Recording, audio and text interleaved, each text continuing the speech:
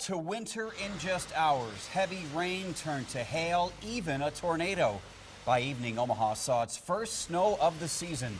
And tonight, the winds are whipping in both Nebraska and western Iowa. Good evening, I'm Craig DeGrelli. And I'm Jennifer Griswold. The snow did not stick, but the blustery weather is hanging around. Reporter Kelly Bartnick is live in the elements tonight with what he found. Kelly? Jenny, that snow blew into the Omaha area here just after dark tonight. It is now gone, but you mentioned it already. The problem now is the wind. It has made for a historic weather day. Dinner time in the old market was windy, wet, and for about an hour, white. It's awesome. Loving it. It's not ideal. The first seasonal snow shrouded windshields here, but it did not take away these visitors' fun. And the wine's still good inside, all the bars. I'm liking it. Wednesday night's Winter Wonderland topped off a big weather day. Rain brought lots of hail to parts of the city earlier. Outside the metro in both states, the weather was downright wacky, too.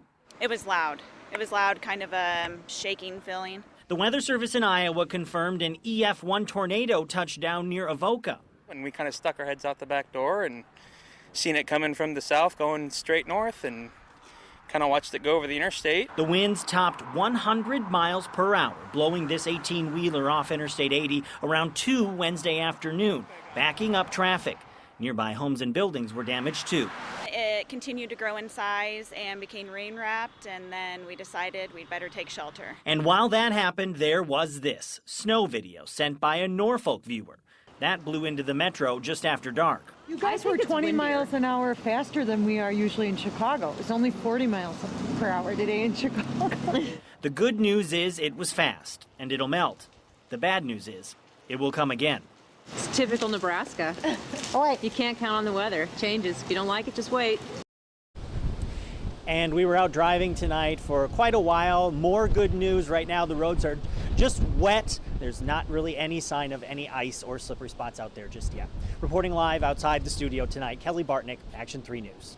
They have a good attitude. Well, truck drivers making their way through Iowa found themselves up against those powerful winds and heavy rains. As the first round of storms moved out of the Omaha area, winds picked up across the river.